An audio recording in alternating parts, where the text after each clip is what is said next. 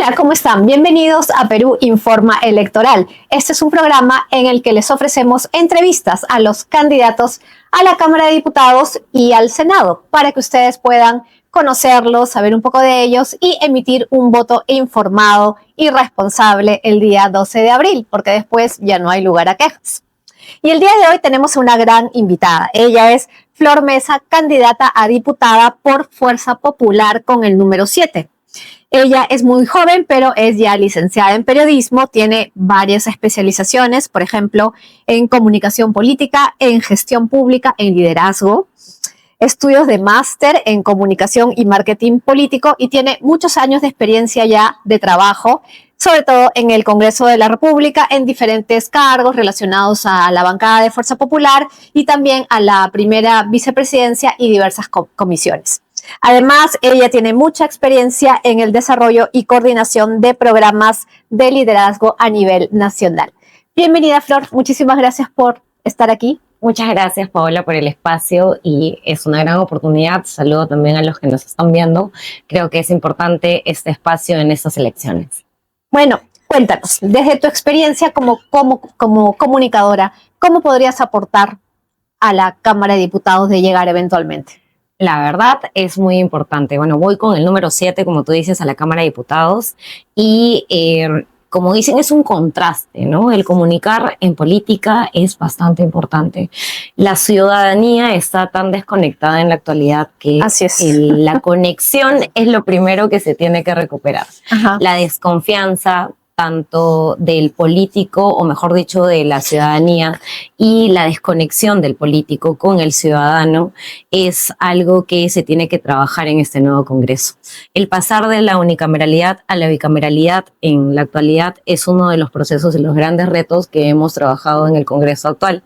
Y ahora formo parte de este proceso y creo que estamos listos desde Fuerza Popular porque fuimos uno de los impulsores de la bicameralidad.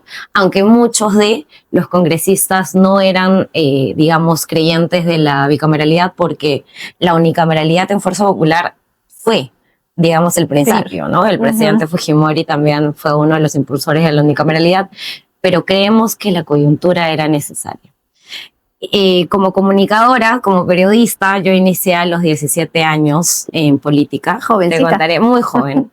Yo soy de la USAT Mesa, licenciada de la USAT Mesa, y entré en política en Fuerza Popular exactamente a los 17 y era tan contradictorio participar en el fujimorismo y siendo de la USAT porque tenía profesores de la República, profesores de todas las tendencias, claro. Podría confesarte que incluso sufrí de bullying. No tenía amigos en la universidad. De verdad. Me enfrenté a grandes situaciones o grandes retos, pero mi premisa era clara. Yo tenía una premisa clara al decir, quiero ser parte del cambio. Y eso es lo que les quiero dejar como mensaje a muchos jóvenes, incluso jóvenes y mujeres, porque es uno de los enfoques que quiero ahora hablamos de eso mostrar, también, sí. Y lo vamos a hacer más adelante, que podríamos dejar de quejarnos, y lo hice yo en el momento, y la idea es formar parte del cambio, y yo tomé esa decisión a corta edad. Es muy difícil, sí, pero participar en política te cambia la perspectiva de vida. Y yo tengo una vocación de servicio firme. Llevo haciendo trabajo social desde hace más de 7 años, 10 años para ser exacto, porque trabajo en el Congreso durante 10 años y no necesité un cargo público para poder llevar capacitación, ayuda social a mujeres que son víctimas de violencia. Me encanta trabajar con niños, llevar una sonrisa en Navidad, el Día de la Madre, el Día de la Mujer, y siempre lo he hecho con mi propio sueldo y con el apoyo de muchos jóvenes y amigos que me siguen, que me apoyan y apoyan este proyecto. ¿Por qué Fuerza Popular? Porque tú has ingresado a la política desde muy jovencita, tal vez una época en que la mayoría de chicos no piensan en política y sin embargo tú has tenido una tendencia clara. Así es. Entonces, ¿por qué? ¿Por qué Fuerza Popular y no otro partido? Te podría dar 7 razones, pero es injusto darte. La verdad me quedo corta, pero voy a darte 7 razones por qué Fuerza Popular. En principio es porque es un partido bastante estructurado. Fuerza Popular es el primer partido, y no porque sea fujimorista, sino lo dice la historia. Es un partido con bases sólidas, es un partido que a nivel nacional puedes encontrar una estructura con bases, con dirigencias, vas a Piura, vas a Tumbes, vas a Loreto, vas a cualquier región del país y encuentras una estructura sólida, con las dirigencias bien marcadas, con un CEN bien posicionado, con dirigencias en las cuales puedes encontrar una estructura que no la vas a mover o no vas a desestabilizar. Encuentras un partido que tiene historia. Ese es el punto 2, con un legado histórico que viene desde el presidente Alberto Fujimori. Ese es el punto claro que viene ahora, seguido por Keiko Fujimori, que viene de parte de un gobierno que ha dejado huella, que es Alberto Fujimori, que digan lo que digan actualmente, porque tenemos una carga actual en la que dicen no, pero esto, el otro, las críticas siempre van a haber, pero nadie puede negar que Alberto Fujimori ha sido el presidente más ejemplar del país. No ha habido presidente. Estabas muy chiquita en la época de Fujimori. La verdad es que sí, pero para eso existe la información y como siempre digo y le recomiendo a los jóvenes informarse es importantísimo. Y también mis padres, digamos, la historia y el caminar me ha enseñado y me ha informado. Punto 3, coincido con los valores y principios de mi partido. Tenemos un decálogo y eso también bailado con ¿Pero cuál es el principal valor, principio del partido pro vida, para ti? soy pro familia. Yo soy madre de un niño de 9 años, Adriano, que de hecho, a ver, mi entrevista es uno de mis fans, es mi fan número 1, es fujimorista. Él me dice incluso soy más famoso que Marta Moyano porque salen mis videos. Él es muy fujimorista. Y los valores, la concepción, el defender al menor desde la concepción, como madre que soy, entiendo que tú también eres madre, sí. Y defender a la familia también, el defender en la educación desde los padres, eso es importantísimo. ¿Te consideras conservadora, de ideas conservadoras en ese tema, por ejemplo, en temas polémicos como el aborto? Podría decir conservadora, sí, pero con ciertos límites, es decir, hay temas complejos en los cuales podría haber un debate abierto, sí, porque soy joven también y entiendo las situaciones complejas en las cuales podría estar en la situación como, porque también soy madre y mi hijo puede estar en diferentes situaciones, pero sí me considero en defensora de la vida, en defensora de la familia como núcleo principal y en defensora del derecho de los padres de poder educar a nuestros hijos como manda, ¿no? Yo tengo que educar a mi hijo y decido sobre ellos, pero no me cierro las posibilidades de defender incluso y estar en contra de la discriminación de cualquier grupo, porque yo formo parte de cualquier grupo también. Entonces también incluso, por ejemplo, minorías, por ejemplo, empoderar a cualquier grupo, sectores como mujeres maltratadas. Yo empodero mucho a los sectores de las mujeres. Fuerza Popular no necesito de cuotas para poder empoderar a las mujeres, por ejemplo, ¿no? Eso es verdad. ¿Qué opinas de las cuotas? No, yo las creo cuotas, que por ejemplo, ahora la alternancia, exacto. yo siento que son innecesarias. Pero las mujeres podemos sin por cuotas. Supuesto. Además, Fuerza Popular ha demostrado desde la época del presidente Alberto Fujimori que el empoderamiento femenino ha sido importantísimo desde el gobierno de Alberto Fujimori.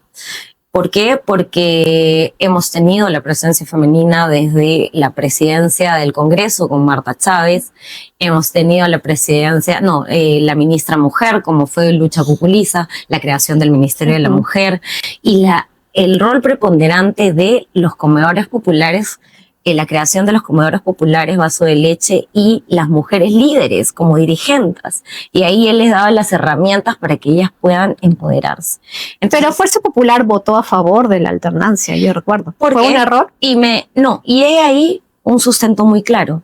No necesitábamos de cuotas, no necesitábamos de leyes pero entendimos que estábamos en una situación complicada o estamos todavía en una sociedad en la que se necesita pero Fuerza Popular nunca lo necesitó. Entonces, en una situación en la cual el país necesita bueno, Fuerza Popular tampoco se va a negar a apoyar propuestas, pero siempre queda claro y marcado que en el fujimorismo se empodera a la mujer. Tenemos una presidenta mujer, Claro. y tenemos alta presencia. Como punto 4 también podría decir que hay empoderamiento de los jóvenes, que es algo que es importante. Yo nunca me sentí discriminada como mujer ni como joven.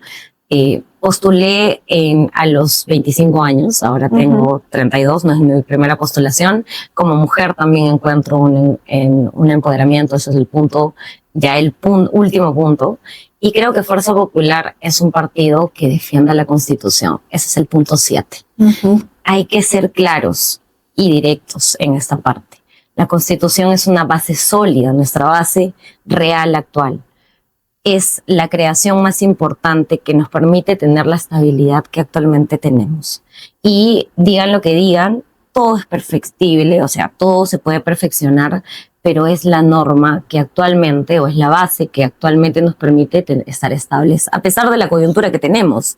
Tenemos más de 8 o 9 presidentes en menos de 10 años, en 10 años, pero actualmente estamos estables. Tenemos un país medianamente estable porque tenemos una base sólida que es la Constitución del 93, ¿no?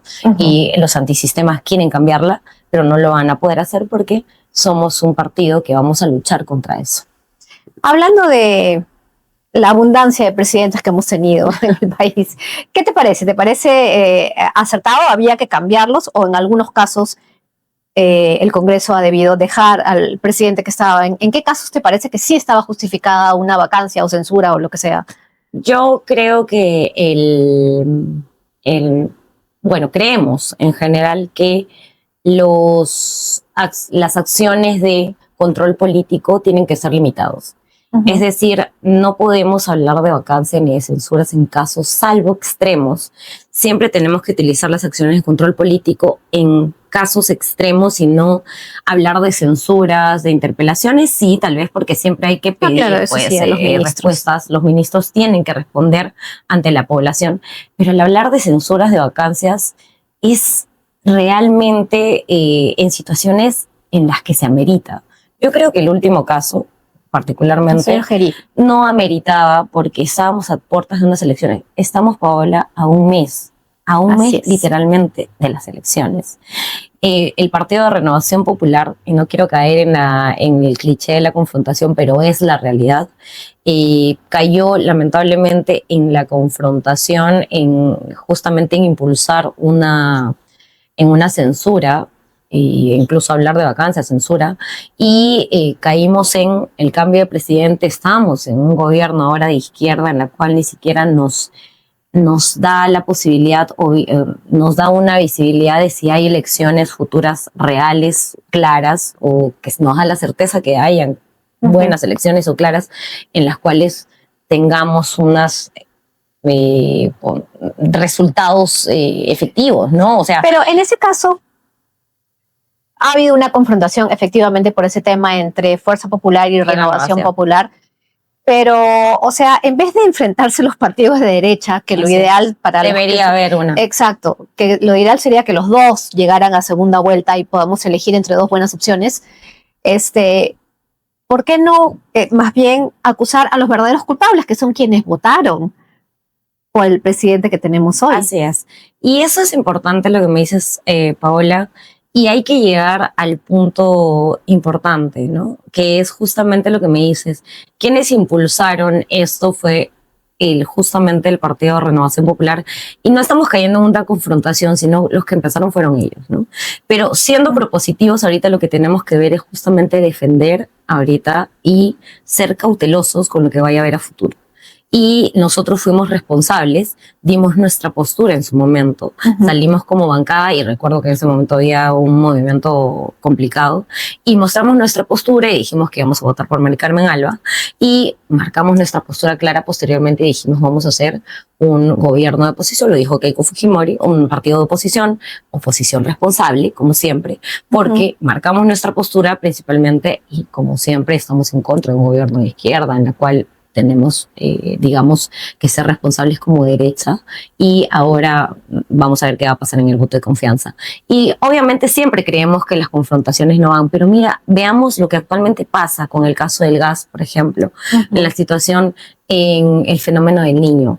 El presidente actual, fuera de lo que sucede con la edad que tiene, los ministros, ¿dónde están actualmente, no?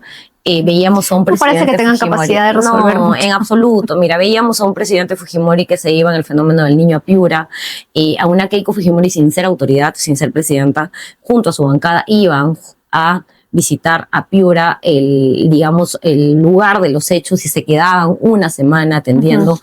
El presidente actual fue a Arequipa y literalmente se quedó un par de horas y se retiró, y con sus ministros. Entonces, no vemos una acción o una voluntad política real. No hay un accionar. Con el caso del gas igual, ¿qué está pasando con los más de 200.000 taxistas que simplemente el ministro sale a decir, bueno, si ya no hay gas, tendrán que usar gasolina?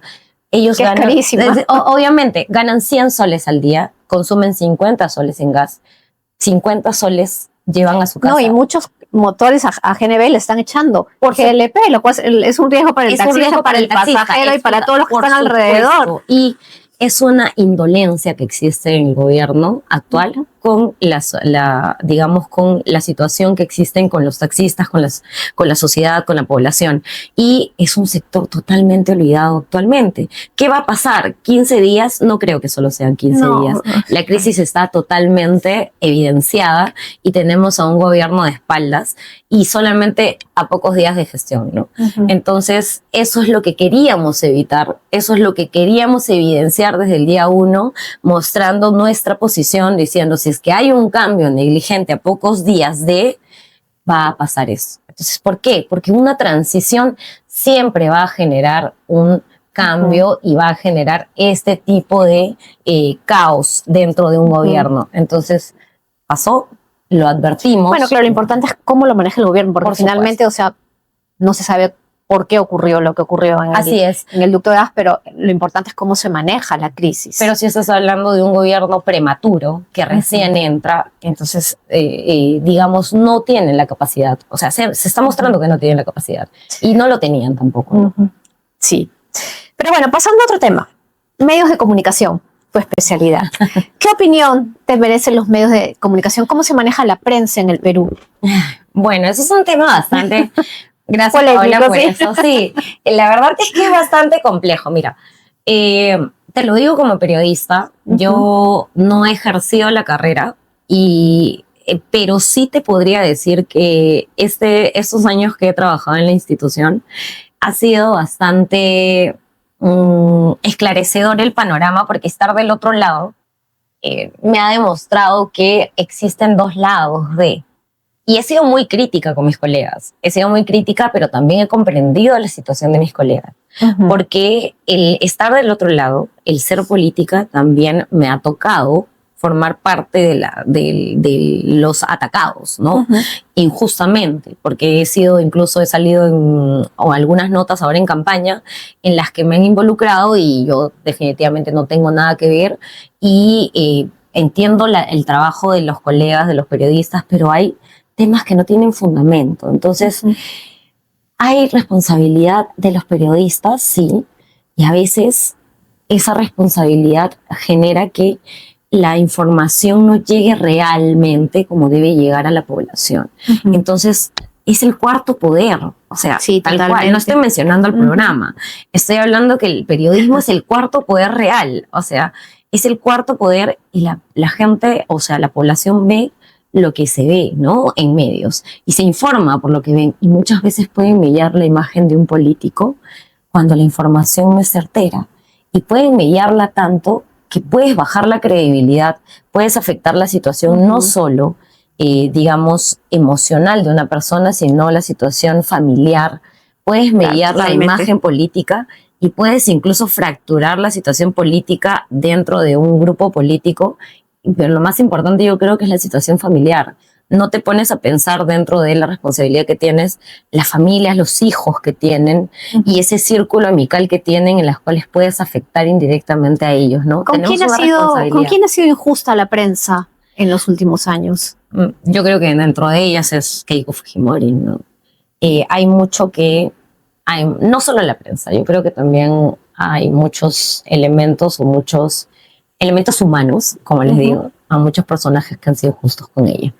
Y tengo que empezar diciéndolo con José Domingo Pérez, ¿no? Que ha sido uno de las personas que incluso con la misma prensa. Claro, desde el Ministerio Público, pero claro. Ministerio Público. Y además de Keiko Fujimori, ¿con quién más crees que ha sido injusta la prensa en los últimos años? Con muchos políticos con el Fujimorismo, con Fuerza Popular. Me imagino que con otros partidos, con otros personajes, con muchos en general, pero Fuerza Popular siempre va a ser parte de las críticas, porque es un partido que finalmente defiende la institucionalidad, Paola, fuera de las críticas, y la idea es afrontarlos, ¿no? Muchas veces el estar del otro lado, te lo digo, yo he sido jefa de prensa de la bancada y he tenido que tomar decisiones de incluso guardar silencio porque finalmente a veces la respuesta te genera muchas complicaciones, a pesar de tener la razón y de tener la verdad, pero es complicado dar la respuesta porque finalmente esa respuesta te genera mayor confrontación con los medios. Entonces, una pregunta rapidita antes de entrar a tus propuestas porque ya nos queda poco tiempo. ¿Promoverías leyes que tengan que ver con el tema de los medios de comunicación como la ley Mulder, por ejemplo, o algo similar? No entraría a tallar en ese tema porque sé que es un tema sensible. Lo que sí podría ser incluso, yo sí soy defensora incluso de la libertad de expresión. Fuerza Popular siempre ha respetado, aunque no lo creas, la libertad de expresión a pesar de cualquier tipo de maltrato que haya existido por algunos medios, no todos, ¿sabes? Al contrario, siempre he llevado un muy buen manejo con ellos y siempre hemos sido respetuosos de la libertad de expresión con ellos a pesar de algunas injusticias que se ha habido por ciertos periodistas. Ok, tus propuestas y cuéntale a la gente por qué votar por ti. Bueno, primero agradecer el espacio, ha sido bastante ameno, la verdad, y quiero enfocarme en dos principales, digamos, propuestas. Primero, que es Florece Mujer, que busca darle la independencia económica a aquellas mujeres que son víctimas de maltrato familiar. Y cómo lo hacemos es dando parte del presupuesto participativo a aquellas mujeres que son víctimas de maltrato para poder romper el vínculo económico. Es decir, los municipios cuentan con presupuesto participativo y lo que debemos hacer es destinar parte de esto a capacitación, formación y emprendimientos para ellas, porque cuando una mujer florece, florece el Perú. Y hay otro tema que es importantísimo, Paola, que está totalmente olvidado en nuestro país y en toda Sudamérica, que es la salud mental. No es posible que el 1% de nuestros colegios a nivel nacional solo cuente con psicólogos. Y esto es lamentable. Existe una ley que es la ley anti-bullying, que incluso ha sido reforzada por otra norma, pero que no se cumple. Lo que tenemos que hacer es fiscalizar y hacer que esta norma se cumpla. ¿Para qué? Para que todos los colegios públicos estén obligados a contar con asistencia psicológica obligatoria, porque nuestros niños no pueden estar abandonados de temprana edad. Nos enfocamos en el problema o en la consecuencia, por ejemplo, en casos de sicariato, extorsión, en casos de violación, lamentablemente, en casos de feminicidios, en casos incluso de suicidios, pero no nos enfocamos en el problema real. El primer círculo es el hogar, así es, pero ¿qué pasa si existe maltrato dentro del hogar? Casos de violación dentro del hogar. El segundo círculo es el colegio. Es por eso que ahí debe encontrar también un refugio. Es por eso que tenemos que darle ese seguimiento y ese soporte al menor y por eso tenemos que apoyarlos con asistencia psicológica obligatoria en los colegios. Y también apoyarlos con los serumistas. Los serumistas tienen que formar parte de esto, dándoles como incentivos a ellos. Solo un promedio, un poco más de 1,000 serumistas accedieron a formar parte de este círculo de psicólogos en los colegios públicos. Hay que darles incentivos a ellos para que formen parte de ello. Muchísimas gracias, Flor. Muchísima suerte en la campaña. Y a todos ustedes, muchísimas gracias por estar ahí. Esto fue Perú Informa Electoral. Yo soy Paola Alfaro Mori. Síganme en mi cuenta de Instagram, @PaolaAlfaroMori, y no olviden que este programa se transmite además por las redes de la Coordinadora Republicana y también en PBO 91.9 de la FM, la radio con fe, y además en más de 250 cables a nivel nacional. Nos vemos la próxima semana con una nueva entrevista.